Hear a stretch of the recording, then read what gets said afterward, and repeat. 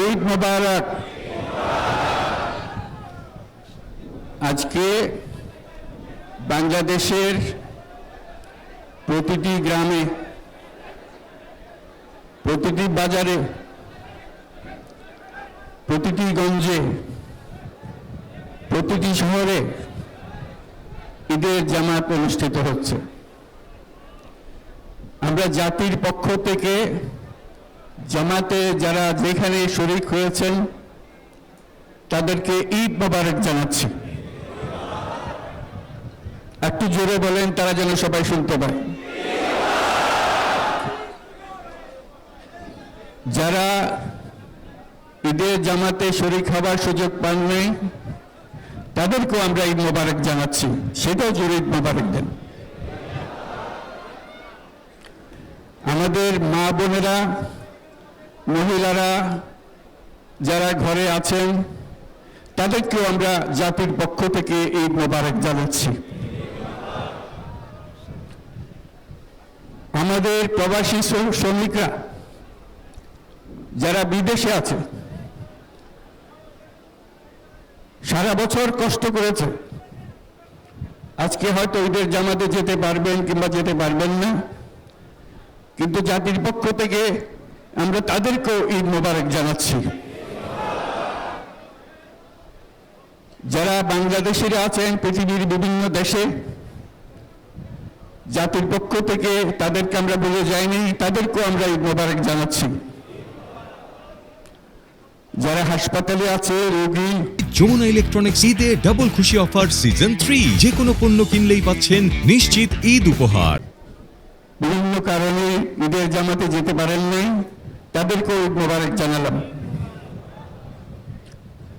ঈদ দূরত্ব ঘুচানোর দিন, নৈকট্যের দিন, ভালোবাসার দিন। আজকে সেই দিনটা আমরা যেন গভীর ভালোবাসার সঙ্গে উদযাপন করতে পারি, সেই মেসেজ আমরা যেন সবার কাছে পৌঁছে দিতে পারি। আজকে একটা অটুট ঐক্য গড়ে তোলার দিন, এবং আমরা স্থায়ীভাবে এই ঐক্য গড়ে তুলতে চাই। ঈদের জামাতের এটাই আমাদের কামনা।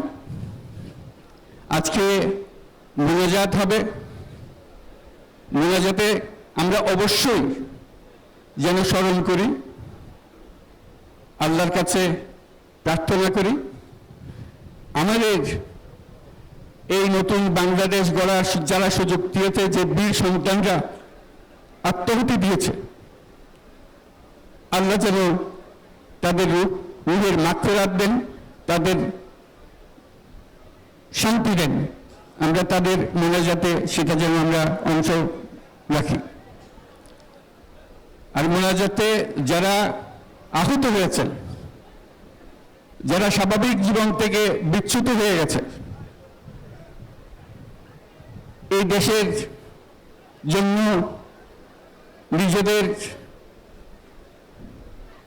স্বাভাবিক জীবন ত্যাগ করতে যারা বাধ্য হয়েছে, তাদের স্বাভাবিক জীবন যাপনের ক্ষমতা দেওয়ার জন্য, রোগমুক্তির জন্য আল্লাহর কাছে যেন আমরা প্রার্থনা করি। আজকের দিনে আমরা প্রার্থনা করি, যেই নৈকট্য আজকের দিনে আমরা শুরু করলাম, এই নৈকট্য এবং এই ঐক্য জাতির জন্য যেন স্থায়ী হয়, আমরা যেন একটা ঐক্যবদ্ধ জাতি হিসেবে সামনে এগিয়ে যেতে পারি। যারা আত্মত্যাগ করেছেন, যারা নতুন বাংলাদেশের স্বপ্ন বাস্তবায়ন করার জন্য নিজের আত্মাহুতি দিয়েছেন, বেঁচে থাকলেও স্বাভাবিক জীবন যাপন করতে পারছেন না, তাদের স্মরণে আমরা যেন মোনাজাত করি আল্লাহর কাছে।